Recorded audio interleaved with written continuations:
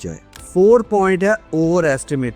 हर narcissist खुद को over estimate करता है। वो कहता है लै ये काम तो मैं ज़्यादा बेहतर कर सकता था, ये छत डल ये तुमने का छत डलवाई, मैं डलवाता तो पूरी आसमान तक जाती।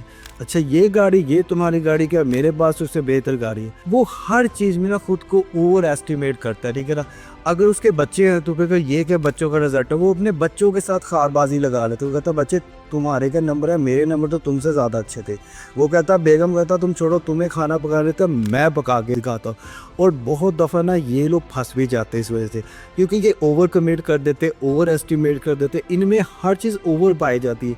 और ज़ाहिर बात है इतनी ज़्यादा कैपेसिटी, इतनी ज़्यादा अवेलेबिलिटी, इतनी ज़्यादा जो काम की मैच्योरिटी इनमें होती नहीं है। तो लिहाजा ये जब भी ओवर एस्टिमेट कर लेते अपने आप को तो फिर ये ज़लील हो जाते।